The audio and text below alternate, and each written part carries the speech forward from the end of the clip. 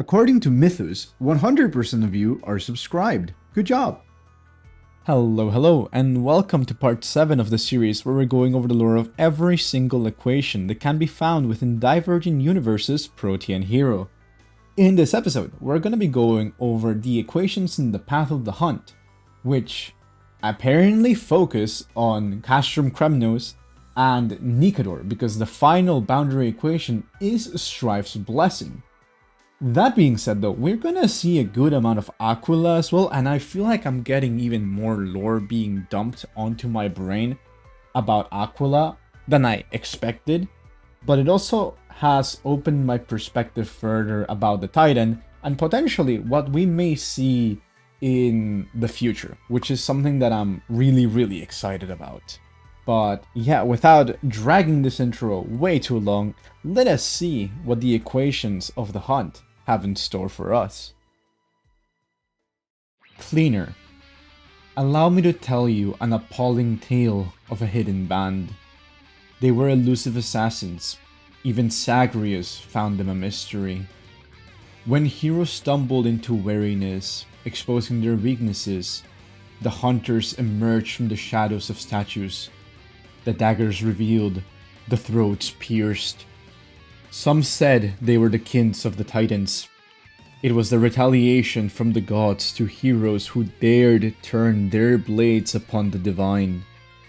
Some said they were the equalizers of the scales of justice, because the heroes traded their lives for the divine core flame. Others believed they were simply mortal beings.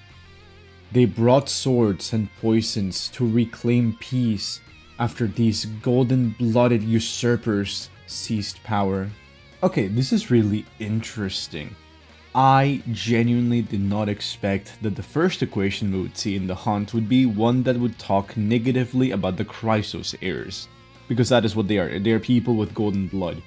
I do find this pretty interesting, and I might be overthinking things, but a lot of equations within this series have been talking in first person. This one doesn't, but given the way that they are speaking about the Chrysos heir negatively, I want to assume that this person speaking is talking about the cleaners, or used to be a cleaner.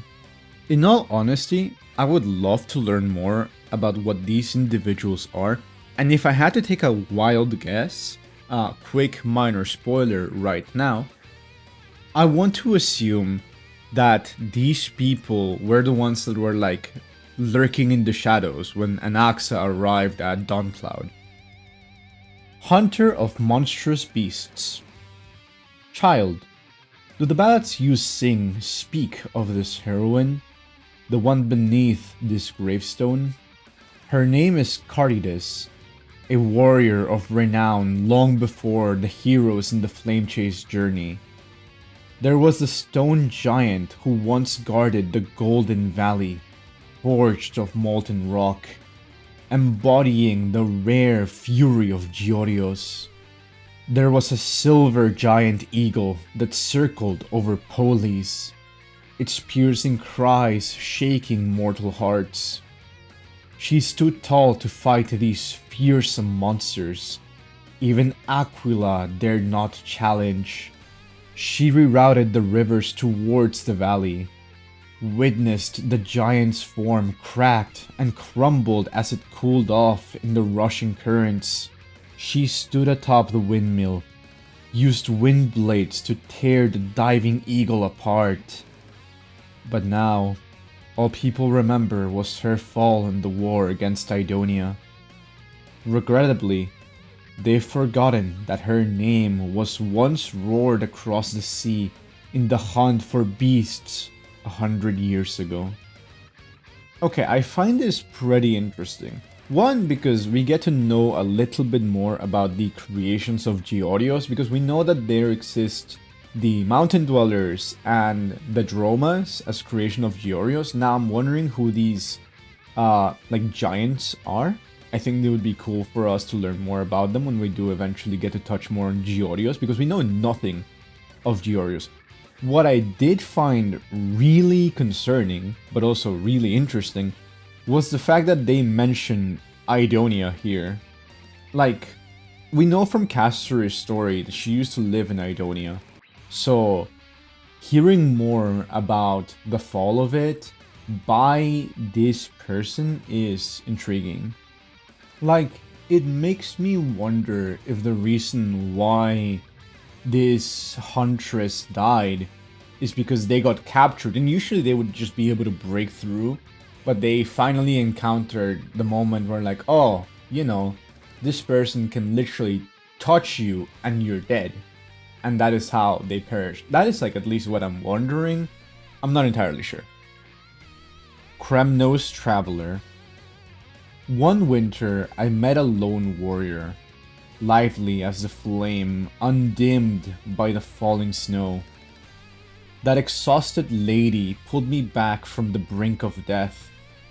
She was one of the rare Kremnoans among flame chasers. With her sharp spear, she came to claim the honor and the lives of gods for the father of victory. She was a typical Kremnoan, who wiped away blood that froze upon her blade, closing the eyes of the dead. May the souls of warrior find rest in Nikador's domain. She rejected my invitation disdainfully and set off on her journey to slay the gods alone. Do you truly believe a mortal can kill a titan, even when Giannis's demigod has declared their prophecy?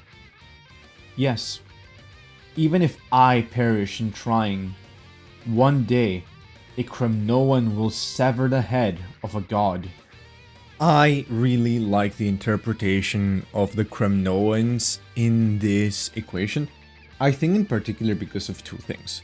One, I love how they further emphasized the fact that they will die for the cause, in the sense of like, oh yeah, like I don't care if I die, I know a Kremnoan will slay a god one day.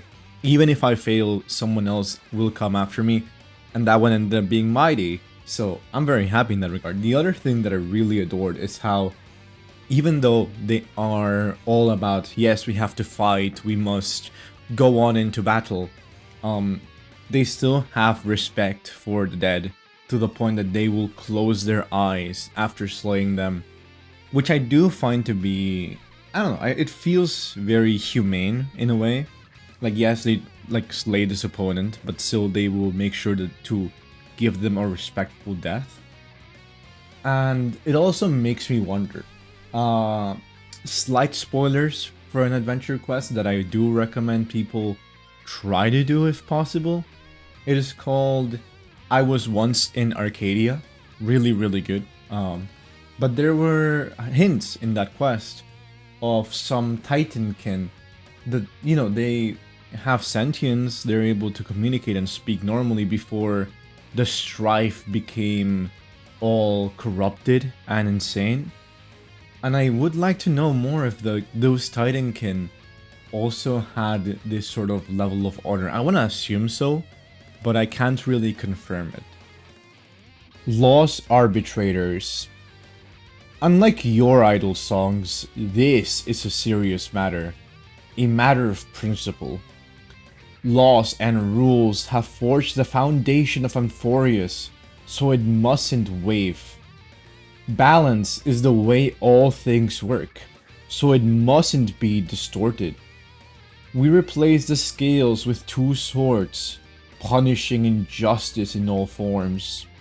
By the judgment of the City Alliance, we assume the duty left by gods long fallen. You and I both know the accused is innocent, but innocence does not absolve him of consequence. Persuasion and reason may have their place, but judgment is no farce. We will hold no votes, no referendum, unlike the Citizens' Assembly. The stars and moon do not change their course for poetry, and the law sheds no tears for death. Begone! You are not the first to beg for mercy, and you will not be the last. I am very confused by this one because I genuinely thought the Citizens Assembly and the Council of Elders were like the highest authority, so to speak. But then these individuals are being mentioned right now and they say, oh, we don't do things like the Citizens Assembly. We don't really care about voting. We just make sure that the law will be upheld in one way, shape, or form. It doesn't matter the consequences or who we're imparting it, just so long as it is being imparted. I want to know more about these guys, but I have no idea what else to say. Archer of Recollection. A fraction of the golden blood that nourishes the earth belongs to Panterones, an unmatched archer whose arrows never miss. He could pierce the enemy general from a distance 10,000 steps away. In his hand, the shackles of memory were forged into sharp arrowheads, each one a testament of the immense weight of his life's journey, transforming into the roaring winds of arrows. He once ascended the peaks outside Ladon, standing alone against thousands of enemies. Witnesses described it not as arrows flying, but as a relentless downpour sweeping across the skies. To his fellow companions, he would use his bowstrings as lute, playing a solemn dirge that only heroes could appreciate. But he never truly learned from the memories he shouldered. As his arrows pointed skywards towards Aquila, his fate was already sealed. The final arrow pierced through heaven and earth, yet it ultimately met its demise in shatters. Honestly, this video series is making me so concerned about next patch, because next patch is the Hyacine patch, meaning it's the Aquila patch. And at this point, Aquila is just collecting so many W's and so many deaths for enemies that I don't know what this homie's gonna do. But I know for a fact I'm going to get smitten by lightning. And I'm scared. Fowl-Hunting Golden Claw. When I was young, I once saw a mighty eagle. It flapped its wings, forged from steel and iron, and blanketed the sky. With eyes blazing with fury, it gazed upon the earth below. Its colossal claws crafted from gold, gleaming like a second sun in the sky. Later, I learned that this eagle was a natural enemy of the coronal phoenix. In the twilight of my years, fate reunited me with the eagle. Once the sovereign of the skies, it lay helpless on the ground, near death. Its wings were pierced with holes, its eyes dimmed, and even its golden claws were covered in the rust of time. It appeared that the century-long hunt had come to an end, as the mighty eagle succumbed to the relentless spawn of evil birds. As I stood there mourning its fate, the eagle's body ignited into a fiery blaze, and from within its golden flame a rejuvenated form emerged, spreading its wings with renewed vigor. Oh boy, you do not know how hyped I am to talk about this one the moment that I read the Coronal Phoenix. For context, the Coronal Phoenix is also a creature that we have actually already talked about in the Destruction Equations. And within it, in its own equation, it mentions how these birds steal Aquila's radiant glory and wreak havoc on all living beings. So now this equation gives us the opposite perspective that gives further context to the Coronal Phoenix, because it mentions how this person that really hated these birds wanted to become an eagle in the sky, to be able to crush them under their golden claws, and that these birds would suffer by the descendants that would also become eagles, and so on and so forth into a future generation. And this is literally what that is. I'm wondering if these are like disciples or descendants of Aquila themselves, in particular because there is mention of how only the golden blood of the Chrysos heirs can actually slay the Phoenix. So, I don't know, I'm really intrigued by this equation. Roaming Troupe. My friend, let's catch the performance of the touring orchestra. Grab your finest honey brew and smoked meat. It's gonna be a feast for both your ears and taste buds. Their melodies have the magic to touch the hearts of all, making even the stiffest, most traditional country gentlemen to sway to the music, and the most seasoned of warriors to shed a tear of emotion. Even the hearing impaired and musically inept are singing their praises for this incredible show. You've got your hands full? It's fine, they're constantly playing on tour across Amphorius. Pulled by dromeses, their chariot echoes with enchanting melodies that travel far and wide. The orchestra is a beacon of joy, a dispeller of sorrow, bringing happiness wherever they go and lifting the burdens of worry from hearts. I can hear the prelude to their performance now. So until next time, my friend. Beastkin.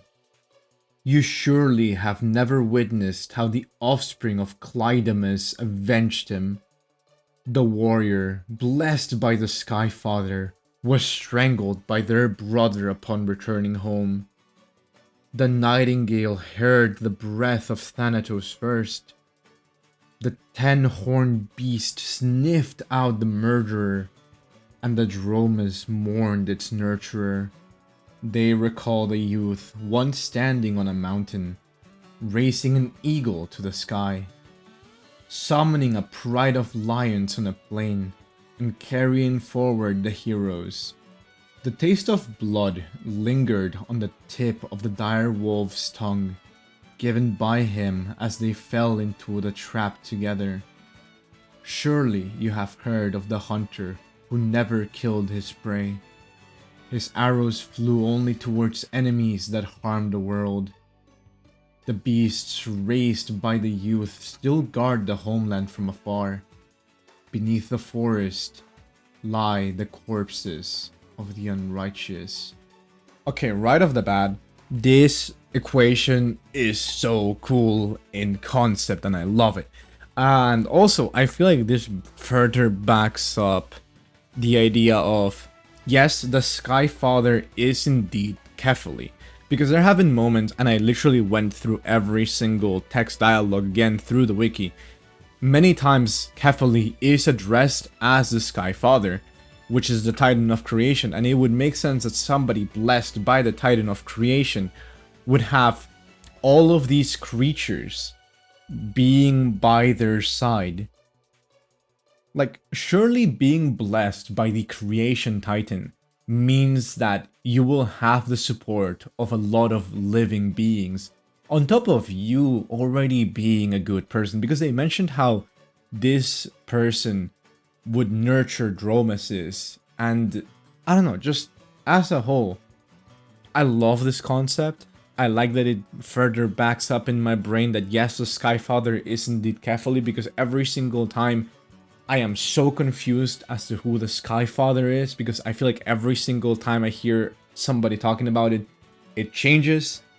So yeah. Grey River's Representative. Have a drink, one-eyed fellow. My last client bore a striking resemblance to you. That one looted a neighboring village, emptied their money bags, and left severed heads in return. And the red-haired noble, he humiliated a young man, comparing him to an animal lower than a rat. There's surely a berth reserved for him on the longship of the Hand of Shadow. As long as you're willing to pay the price, I can slowly hang the unforgivable villain with a rope.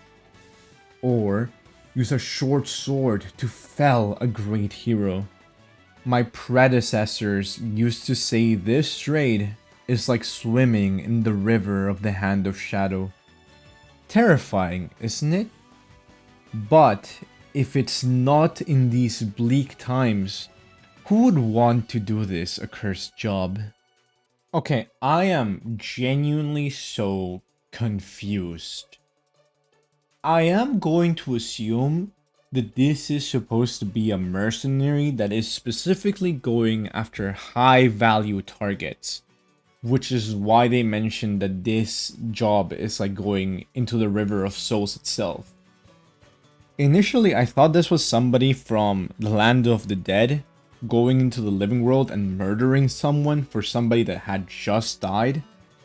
But then it didn't make sense. I don't know, I'm genuinely confused about this particular equation individual. So if you guys have more of an idea on this, it's more than welcome. Strife's Miracle. This is an instant of the hunt inscribed on a stone tablet. This is the miracle of Nikador, the Lance of Fury. Countless witnesses had beheld the conqueror's heroic bearings as they fought in the sky. Lightning swept across their shoulder, and the winged titankin gnawed at their arms. The fearless god of strife spared no time to wipe away the golden blood. In response, 100 lances pierced through the dark clouds. Wounded, the many-eyed giant bird of the Sky Dome shrieked and fled.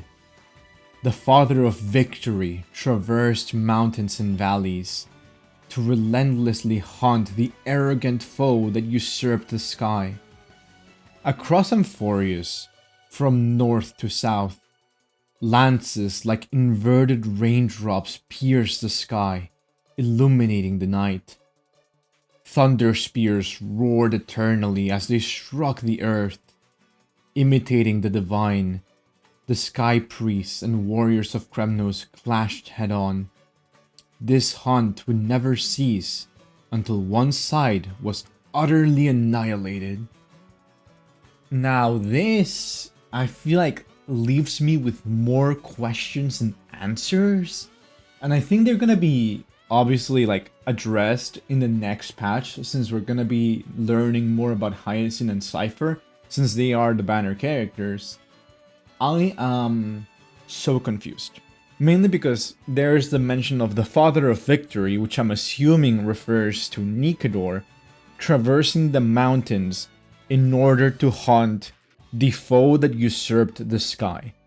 That particular phrasing makes everything be a little bit concerning, because just the idea of not necessarily that Aquila is the usurper, but that somebody else took over Aquila's power would be really interesting of a concept. Right now we know Aquila is doing a lot of awful things, right? Because like they are the one that governs the sky and smites people down for being obnoxious and arrogant. But the idea of it being in war against the Kremnoans because of like somebody else pulling the strings does seem like it could be a cool concept. Also, I don't know if I had mentioned this before, but just to add on to it, the fact that both the Kremnoans and the Sky Priests decided to now fight each other because their gods were fighting each other does seem like such a cool concept that I hope gets expanded upon further within the story. And I'm assuming the Kremnoans lost because, you know, they disappeared because of internal conflict. So, yeah. With that, we have gone over the lore of every single equation that can be found within the path to the hunt in the Divergent universe's Protean hero. And in all honesty, this one has been quite intriguing. I've adored it, in all honesty. I think that above it all, what I enjoyed most of this series of equations is how not only did we get to learn more about Castrum Kremnos and like how the Kremnoans and Nikador like saw things, but we did get even more insight about Aquila. And at this point, I genuinely believe that Aquila just has beef with everybody. Like, don't get me wrong, like, there's a lot of them that are validated. like all the human beings trying to beat the shit out of Aquila. But also, the gods and titans just seem to also go against them. For context, while making this video, I also learned that Ornyx had beef with Aquila because Ornyx is the person that would is the titan that was in charge of the night, and they at some point created 6 moons because they were like, you know what? My sky has nothing. Well, Aquila has the sun, so Ornyx created a moon. And then, realizing that one moon wasn't enough, created another one, and another one, and another one, and then created 6 moons. And if you know about, like, I'm not sure if this is physics, but a moon is in charge of the tide. So this literally made it so that Fagusa couldn't control the ocean properly and was angry at them. So at some point, Talanton just had to step in and prevent a war from happening between Ornyx and Aquila. And I'm like, huh? So yeah, just random little lore drop being left in right there because I thought that was funny. And yeah, as a whole, I would love to know what your guys' opinions are regarding like these titans, these equations. What is your perspective on some of these? Because I know for a fact that I have been left confused on some of them. I do have to say, I have finished my exams. I am free. I can game and also edit again like usual. So I will hope to make more videos and different kinds of videos in the coming days. You all are absolutely amazing. So without making this video way longer than it already is, I hope you'll have a great rest of your day, night, morning, whatever time zone you're currently watching this video at. And I'll see you all in the next one. Bye-bye.